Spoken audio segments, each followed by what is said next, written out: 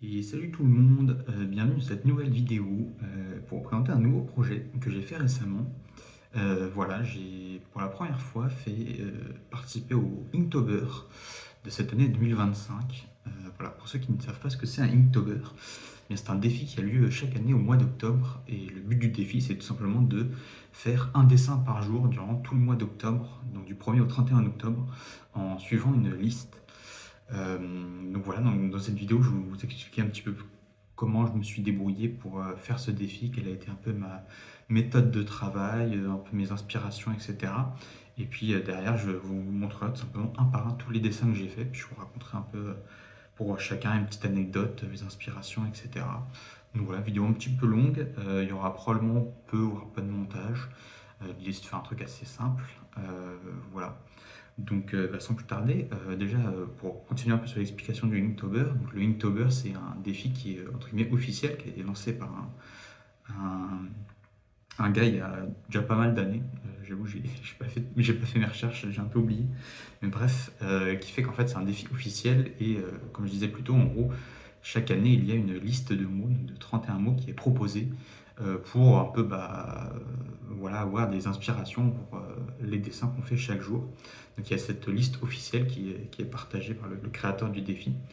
Et en fait, le truc, c'est que moi, je n'ai pas suivi cette liste, tout simplement parce qu'en fait, c'était, comme je disais, la première fois que je faisais ce défi. Et en fait, la liste, je l'ai regardée, je me suis rendu compte qu'il y avait pas mal de mots, de thèmes qui étaient proposés qui m'inspiraient, mais alors pas du tout. Et du coup, je me dis, bah, je n'ai pas envie trop de me compliquer la tâche, j'ai envie quand même que ce soit un défi auquel je prends du plaisir à faire, on va dire. Et donc j'ai décidé tout simplement de regarder ailleurs. Donc j'ai regardé un peu ailleurs s'il n'y avait pas d'autres listes qui pouvaient être un peu plus inspirantes pour moi. Et en fin de compte, je n'en ai pas trouvé. Donc j'ai fait la dernière option, c'est que j'ai fait ma propre liste finalement.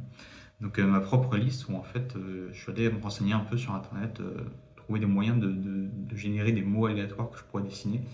Et je suis tombé sur un site internet qui s'appelle Graffitigre, qui est un site qui permet en gros tout simplement, tu as une case, tu as un bouton, et quand tu cliques sur le bouton, et il y a un mot aléatoire qui apparaît dans la case, et à chaque fois que tu cliques, tu as un nouveau mot qui apparaît. Et donc j'ai pris ça comme outil et je m'en suis servi, j'ai cliqué 31 fois, un peu plus même d'ailleurs, parce qu'il y a eu des doublons, mais à la fin de ça, j'ai eu mes 31 mots que j'ai listés, et ensuite je me suis mis au travail. Voilà, donc sachant que c'était un projet qui est resté un petit peu secret durant le mois d'octobre, parce que j'aurais pu effectivement partager de manière quotidienne chacun des dessins. Mais en fait, je voulais pas trop avoir la pression en me disant, en fait, c'est la première fois que je le fais, j'ai envie d'être dans des conditions plutôt à la cool et tout, pour ne pas subir la pression et tout. Et donc j'en ai parlé à quelques personnes, ça se compte évidemment sur le doigt d'une main le nombre de personnes à qui j'en ai parlé. Et les autres, vous le découvrez à travers ces vidéos ou les différents posts que je vais faire dessus prochainement. Donc voilà un peu comment ça s'est passé. Et du coup, pour ma méthode de travail, tout simplement, je ne mettais pas trop la pression. En fait, le truc, c'est que, évidemment, sur les 31 jours du défi, il y avait des jours où j'avais plus ou moins le temps, plus ou moins la motivation, plus ou moins l'inspiration pour dessiner les choses. Donc vous allez voir, en fait, les dessins que je vais vous montrer, ils sont plus ou moins de qualité, plus ou moins d'efforts qui ont été mis dessus pour les réaliser. Donc voilà, il y a un peu de changement. Et puis j'avoue, j'ai un peu triché. Il y avait des jours où j'ai littéralement pas eu le temps de dessiner et du coup je me suis rattrapé sur les jours suivants. Donc il y a bien 31 dessins, mais du coup ils n'ont pas tous été, il n'a pas fait un dessin par jour. Enfin, je n'ai pas tous les jours fait un dessin, mais il y a bien un dessin par jour du 1er au 31 octobre. Donc voilà un peu sur mes conditions de travail, on va dire. Et puis sur ce, je vous propose, maintenant que les bases sont posées, de tout simplement passer à la présentation. Donc j'ai sous la main ce petit carnet qui regroupe les 31 dessins, donc voilà, avec une page de couverture toute simple. Donc comme vous voyez, c'est un carnet de la région Pays de la Loire, tout simplement parce que au début je pensais peut-être le faire sur mon propre carnet à dessin, sauf qu'en fait je me suis dit non, c'est un truc un peu spécial, j'ai envie de le faire sur un truc à part, et donc j'ai décidé de récupérer ce carnet que j'avais récupéré à l'occasion d'une visite de l'hôtel de région pendant ma formation CPGEPS, pour l'anecdote. Et donc j'ai pris ce carnet, et puis du coup c'était bien, parce que le format je trouvais qu'il était pas trop mal, je pouvais un peu l'emporter partout, parce que voilà, des fois je dessinais depuis ici, c'est-à-dire chez moi, mais des fois je dessinais ailleurs et tout, donc je pouvais l'emporter un peu partout. Et donc voilà. Donc je vous propose sans transition qu'on commence. Hop, je vais enlever le petit trombone et on va commencer donc avec hop, le premier mot qui est le mot grenouille. Donc voilà, grenouille. Donc comme vous voyez, j'en ai dessiné 3 différentes. En fait, le truc qui est assez marrant, c'est que quand tu penses à grenouille, en fait, tu penses à grenouille, tu arrives à peu près à voir à quoi ça ressemble, ce que c'est une grenouille et tout. Enfin, tout le monde, instantanément, tu penses grenouille, ok, c'est bon, je vois ce que c'est, etc. Sauf qu'à quand je te pose la question, bah, une grenouille, ça a combien de pattes? Une grenouille, ça a combien d'articulations à chaque patte? Une grenouille, ça a combien de doigts à chaque patte? Les yeux de la grenouille, ils sont situés où sur sa tête? Et ben en fait, quand on pose des questions, on se rend compte que bah, tout de suite, spontanément, c'est moins évident. Ce qui fait que du coup, je me suis beaucoup inspiré de trucs que j'ai trouvé sur Internet. J'ai principalement utilisé le site Pinterest, qui est un site, une sorte de banque d'images qui répertorie des images de tout et n'importe quoi. Et du coup, je m'en suis servi pour dessiner ces quelques grenouilles. Donc voilà, il y a une petite grenouille un peu qui fait coucou de la main. Il y en a une accrochée à la branche, et puis il y en a une plus du dessus. Donc voilà un peu pour les petites grenouilles. Je vous l'approche un peu plus pour que vous voyez mieux un peu les détails. Voilà pour la grenouille. On passe à la suite. On va pas trop passer trop de temps non plus sur chacune. Nous avons ensuite jour 2, c'est le raton laveur. Donc voilà, un petit raton laveur, tout mimi, qui lève le bras. Pareil, raton laveur, je voyais à quoi ça ressemblait, mais je savais pas trop, effectivement, sur les taches, sur les oreilles, la forme de la tête, etc. Donc voilà, j'ai pris un petit raton laveur qui lève le bras, qui est tout mimi, tout pipou. Voilà. Hop, on passe au suivant, sans transition. Jour 3. Jour 3, c'est soucoupe volante. Donc soucoupe volante, là pour le coup, je me suis pas trop pris la tête. J'ai pris vraiment la forme basique de la soucoupe, avec à l'intérieur, on le voit un petit peu des petits aliens avec des petites antennes rondes. Et du coup, j'en ai fait 3, parce que bon, comme c'était des dessins relativement simples, je me suis dit, bah, je vais en faire plusieurs, avec des petites étoiles pour illustrer qui sont à travers l'espace. Voilà. Ensuite, jour 4. Jour 4, papillon. Pareil, papillon, je me dis c'est relativement simple et du coup, enfin relativement simple. Quand on pense à papillon, c'est une forme qui est assez définie. Mais là, du coup, j'ai voulu simplement travailler sur les motifs. Donc, bon, comme vous le voyez, les motifs que j'ai dessinés, c'est pas forcément des motifs très réalistes qu'on pourra retrouver dans la nature.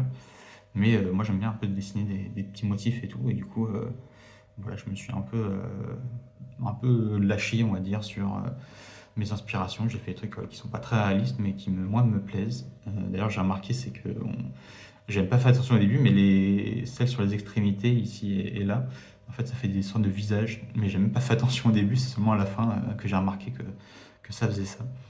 Donc voilà, un joli papillon.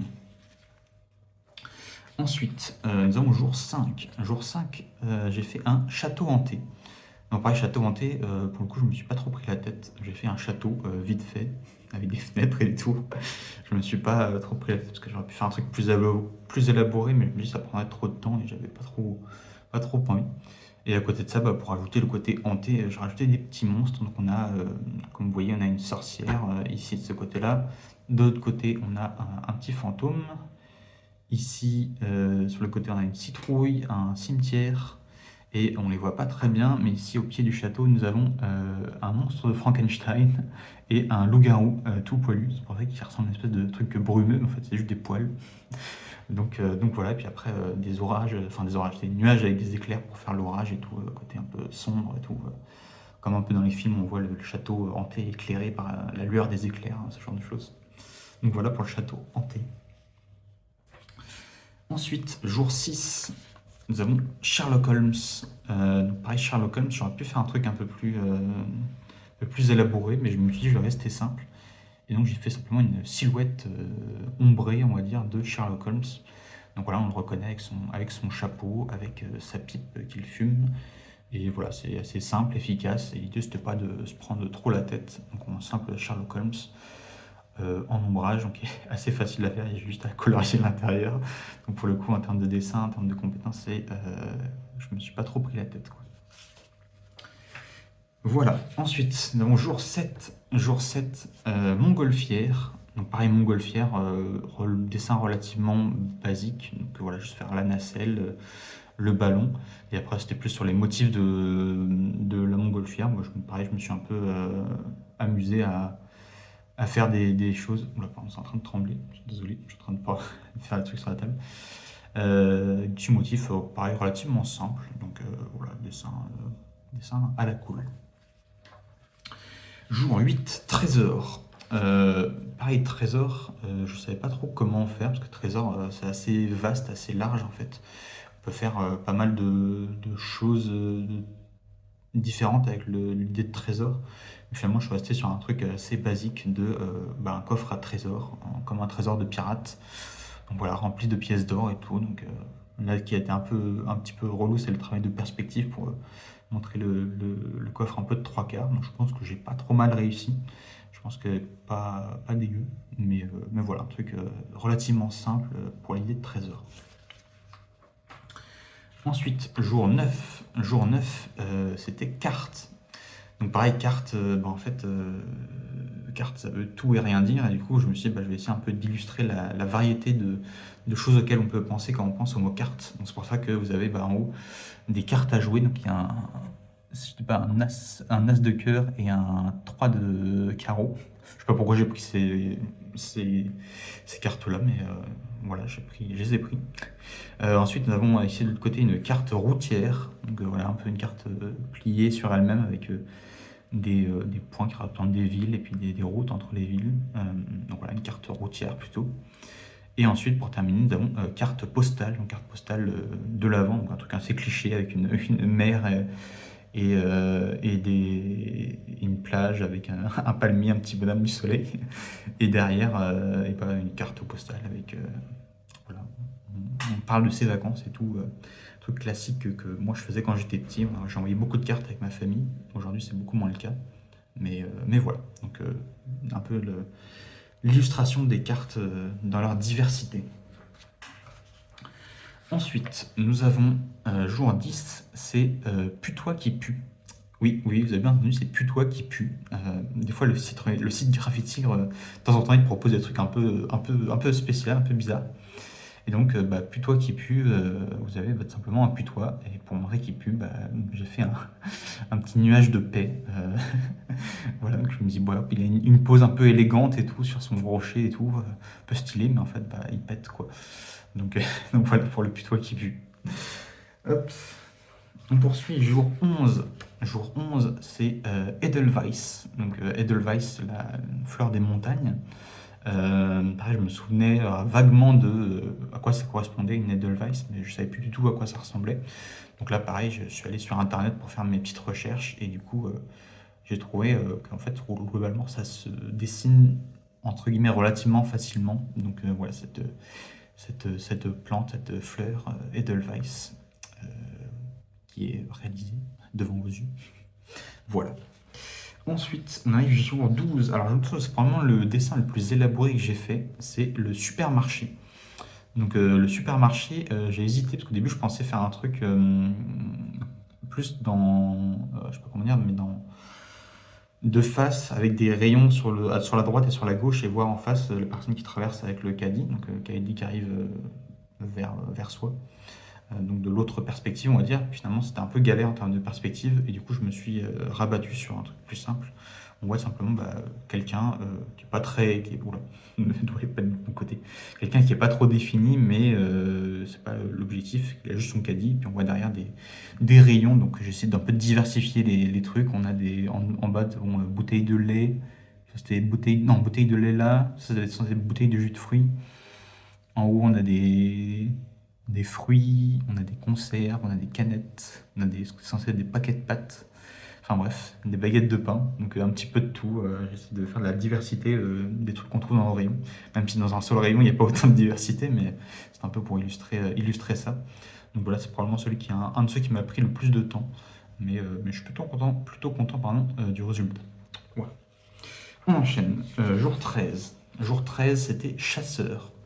Donc pareil, chasseur, pas mal de possibilités différentes, et finalement je suis parti sur un truc basique, parce que j'avais pas envie de trop me prendre la tête. Donc on a simplement un chasseur préhistorique qui chasse un mammouth Alors les proportions sont je me rends compte que les proportions sont pas du tout respectées parce qu'ils font quasiment la même taille, alors qu'évidemment un mammouth c'est beaucoup plus gros. Mais du coup ça fait un peu côté peinture rupestre qu'on trouve dans les grottes et tout, et avec à base de bonhomme bâton. Donc plus simple à dessiner, plus pratique. Et pareil, j'ai pas trop voulu me prendre la tête là-dessus, donc vous avez voilà, le petit bonhomme bâton chasseur avec sa lance et le mammouth en face. Voilà. Ensuite, on arrive jour 14. Hop là. Jour 14, nous avons le sombrero. Donc sombrero mexicain. Donc ça pareil, sur la forme, c'est pas forcément le plus difficile. Mais du coup, j'ai voulu appuyer sur l'aspect motif. Donc voilà, j'ai fait motif un peu divers avec voilà, des rectangles, des triangles, des points. Mais je le trouve plutôt sympathique ce sombrero, plutôt bien l'air coloré. Bah, non, parce que oui, je ne l'ai pas précisé, mais c'est vrai qu'en termes de matos, bah, j'ai utilisé uniquement un crayon de bois et une gomme. D'ailleurs, je vais vous les montrer ici. Hop, il me semble que le cadre par là. Donc voilà, j'ai utilisé ce crayon-là. Donc un crayon avec une mine de façon critérium. Et avec ça, une simple gomme. Voilà. Donc voilà, j'ai utilisé que ces deux trucs-là pour faire tous mes dessins. C'est vrai que j'ai oublié de le préciser au début, mais voilà, c'est tout. Donc c'est pour ça qu'il n'y a pas de couleur sur mes dessins. On arrive à la moitié avec le jour 15. Jour 15, celui de la mort. Alors la mort, pareil, ça pouvait prendre pas mal de formes différentes. Et je vais un peu m'inspirer sur Internet pour voir ce qu'il y avait de possible. Et finalement, je suis parti de cette espèce de mort un peu mignonne et tout, avec sa petite capuche, sa petite faux, sa grande faux. Une mort un peu à la cool et tout, plutôt pipou. Donc voilà, pareil, pas forcément très élaboré comme dessin, mais je le trouve plutôt sympathique. On enchaîne avec du coup, la deuxième moitié, avec jour 16, le sprint. Donc pareil, sprint, je savais pas trop comment faire, j'aurais pu dessiner genre Usain Bolt et tout, mais bon, je me suis pas trop pris la tête. Du coup, j'ai fait un bonhomme simple qui est dans une position de coureur, tout simplement, avec derrière des espèces de traits qui représentent la vitesse et tout. Donc voilà, montrer le truc du sprint dans sa version la plus basique possible, on va dire. Donc voilà, ce petit coureur, ce petit sprinter. Ensuite, jour 17, c'est moustique. Donc moustique, pareil, je savais pas trop comment faire, quoi faire, sachant que le moustique, bah, pareil, tu sais à peu près à quoi ça ressemble, mais tu sais pas trop comment le dessiner et tout, le nombre de pattes, où est-ce que sont ses ailes, etc. Un peu comme la grenouille au début. Et finalement, bah, en fait, je suis parti sur un truc voilà, un peu cartoon, avec à base de gros yeux, de grandes trompes et tout. Donc un moustique façon cartoonesque. Voilà un peu pour celui-là. Ensuite, on enchaîne jour 18 avec autruche. Donc là, pareil, autruche, j'ai fait une petite recherche pour me souvenir à quoi ça ressemblait et tout. Et du coup, je voulais faire un peu le cliché de l'autruche qui se fout la tête dans le sol. Donc c'est pour ça qu'il y en a une qui a la tête dans le sol, et puis il y a sa copine, on peut le dire, qui est de l'autre côté en train de regarder ça d'un air suspicieux. Donc voilà, deux autruches, plutôt sympathiques, plutôt simples, mais j'ai bien aimé les représenter de cette façon-là. On enchaîne avec jour 19 qui est traîneau. Donc pareil, traîneau, je savais pas trop comment le représenter. Je me suis dit peut-être traîneau du Père Noël, un truc comme ça. Et finalement, je suis plus parti sur traîneau de chien, comme on a des fois des activités dans les endroits enneigés et tout. Donc là, c'est vu du dessus. Donc on a au-dessus les 6 chiens qui traînent le traîneau. Et en dessous, on a des personnes, on les voit pas très bien. Il y a deux personnes qui sont allongées sur le traîneau, et il y en a une derrière qui est le conducteur qui se tient debout derrière pour conduire le traîneau, avec derrière les traces dans la neige. Donc voilà pour la représentation du traîneau. Ensuite, nous avons jour 20, qui est assez drôle, qui est poussin gourmand. Oui, poussin gourmand. Donc là, pareil, je me suis pas trop pris la tête. J'ai fait simplement un poussin avec une certaine corpulence pour montrer que c'est un bon mangeur et tout. Mais je me suis dit aussi, c'est un poussin qui est cuisinier, donc c'est pour ça qu'il a une toque de chef au-dessus. Et puis là, du coup, un couteau, une fourchette dans sa main, parce qu'il s'apprête à déguster une délicieuse tourte. Une tourte à je sais pas quoi, probablement pas au poulet, sinon ce serait un peu un poussin gourmand cannibale. On va éviter, mais voilà, poussin gourmand, de façon assez cliché, mais bon, ça me faisait rigoler. Voilà. On arrive au jour 21. Probablement un de ceux dont je suis le plus fier, c'est le détective. Parce que c'est vrai que je considère que les personnages, c'est probablement le truc que je sais dessiner le mieux aujourd'hui. Aussi parce que j'ai mis l'accent dessus, parce que c'est l'un des premiers trucs que je voulais apprendre à dessiner. Et donc nous avons le détective, voilà, qui est un peu bien sympathique avec son long manteau, sa petite loupe, ça fait très cliché, mais dans les mains, son chapeau, son air un peu sérieux et tout, un peu gentleman aussi. Donc voilà, un de ceux dont je suis le plus fier, que je trouve qui est plutôt sympa. Ensuite, jour 22, véliplanchiste. Alors, sans le montrer avant, si je vous dis véliplanchiste, à quoi vous allez penser? Parce que moi, je ne savais pas du tout. Je me dis véliplanchiste, ça me dit rien du tout. Ça fait penser à vélo, mais aussi à planche, genre du vélo à planche. Ça me disait rien. J'étais en mode, non, je vois pas du tout à quoi que ça correspond. Et du coup, je suis allé me renseigner. Et véliplanchiste, c'est tout simplement ceux qui font de la planche à voile. Donc voilà, c'est comme ça qu'on les appelle. Donc là, pareil, truc assez basique de quelqu'un sur sa planche à voile sur la mer. Donc voilà, il a un petit motif sur la planche, rapide, mais voilà, quelqu'un qui fait de la planche à voile, c'est un véliplanchiste. Voilà. Ensuite, jour 23, le chameau. Chameau, pareil, je voulais faire une petite famille dans le désert et tout qui se promène. Alors, les chameaux sont pas hyper bien illustrés, sachant que normalement, là, par exemple, les bosses, elles sont très basses, alors qu'elles atteignent presque le haut de leur tête, elles sont au niveau de leur tête normalement, mais là, par exemple, le petit, bah, il a des petites bosses, ça fait un peu bizarre. Ça n'a pas été facile au début d'illustrer, mais j'ai réussi à peu près à me débrouiller, donc en vrai, le résultat final est quand même plutôt correct, je trouve, donc j'en suis plutôt content de cette petite famille de chameaux. Jour 24. Jour 24, c'est passage secret. Donc passage secret, au début je pensais faire un passage secret en mode un peu cliché dans les... Alors celui-là il est cliché aussi, mais je voulais faire celui de la bibliothèque. Vous savez, celui où il y a bibliothèque, où il y a un livre qui sert de mécanisme qu'on tire et en fait ça libère un passage. Sauf qu'en fait je me suis rendu compte qu'en termes de perspective c'était chiant à faire. Et du coup je me suis rabattu sur quelque chose de plus simple, un peu en mode 2D. Donc d'avoir cette porte cachée dans le mur, cette porte roulante qui s'active avec un mécanisme que je n'ai pas mis, mais voilà, qui se détache du mur et qui roule sur le côté. Donc là, on la voit un peu entrouverte. On ne sait pas ce qui se cache derrière, mais voilà, c'est un passage secret à base de portes dérobées dans un mur de pierre. On arrive bientôt au bout. Jour 25, le Python. Donc Python, voilà, pareil, je ne savais pas trop Python ce que ça pouvait représenter.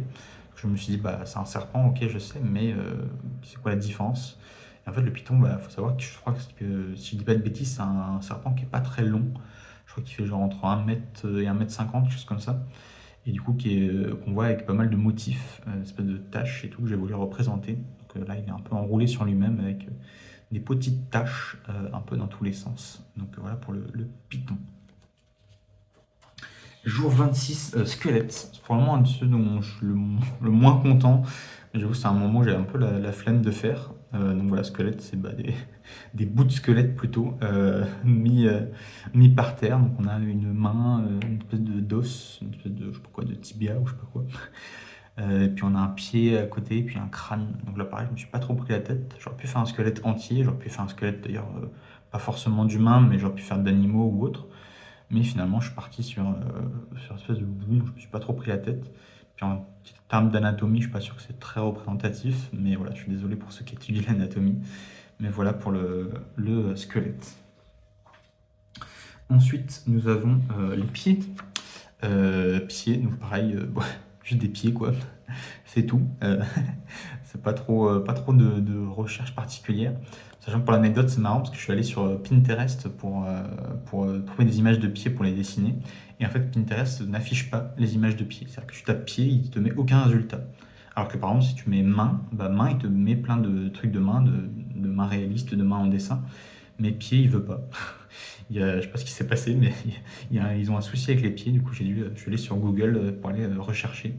D'où voilà ces petites images de pieds. On enchaîne avec jour 28. Jour 28, c'est le Père Noël. Donc voilà, Père Noël, assez basique, on reconnaît que sa barbe, son chapeau, etc. Je me rends compte que la qualité n'est pas hyper ouf. Je pense qu'il y a un petit souci de net. Bon, désolé. Mais voilà, Père Noël avec sa petite posture, ses petites bottes. Pareil, donc je suis plutôt content. Le Père Noël, assez sympatoche. On enchaîne jour 29 avec slip. Donc pareil, slip, je me suis dit, bon, un truc assez basique, donc je vais en dessiner plusieurs. Donc voilà, j'ai 3 slips. Le slip à rayures, le slip, on voit pas très bien, mais c'est un ourson, normalement. Et en bas, slip étoilé.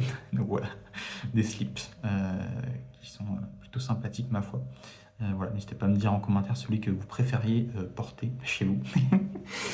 Euh, voilà. Jour 30, on arrive à la fin. Jour 30, dentier de ta mamie. Oui, oui, vous ne rêvez pas, on me proposait dentier de ta mamie. Donc voilà, je vais vous représenter un peu le cliché du dentier dans l'eau le soir sur la table de chevet. Donc voilà, le dentier de la mamie qui a des dents qui sont plutôt, plutôt sympatoches, plutôt en bon état pour son dentier. Donc voilà, ça me fait plutôt rigoler de dessiner celui-là, le dentier de ma mamie. Et enfin, on finit avec le jour 31, qui est le jour du druide. Donc là, pareil, je peux pas trop pris la tête. Je lui fais un druide avec une barbe, avec une serpe, et puis une longue toge. Je suis un peu inspiré de Panoramix dans Astérix, parce que c'est vrai que quand on pense à druide, c'est une des premières inspirations qui vient. Donc voilà, j'ai dessiné ce druide-là. Donc voilà, pour le druide qui est du coup le 31e et dernier dessin. Voilà, et bah écoutez, j'espère que vous avez apprécié ce petit tour d'horizon de mon Inktober 2025. N'hésitez pas à me dire en commentaire s'il y en a un que vous avez préféré parmi toute cette longue liste de dessins. Également, comme je disais un peu plus tôt, il y a eu un petit souci de qualité sur la vidéo. Si jamais vous voulez voir les dessins en meilleure qualité, je vous invite à aller sur mon compte Instagram. Normalement, au moment où vous verrez cette vidéo, j'aurai fait des posts Instagram avec tout simplement tous les dessins en meilleure qualité. Donc, n'hésitez pas à aller les voir dessus. Et puis voilà, je vous remercie d'avoir regardé cette vidéo. N'hésitez pas à mettre en commentaire celui que vous avez préféré. Et puis moi je vous dis tout simplement à la prochaine pour de nouvelles aventures. Des bisous, ciao!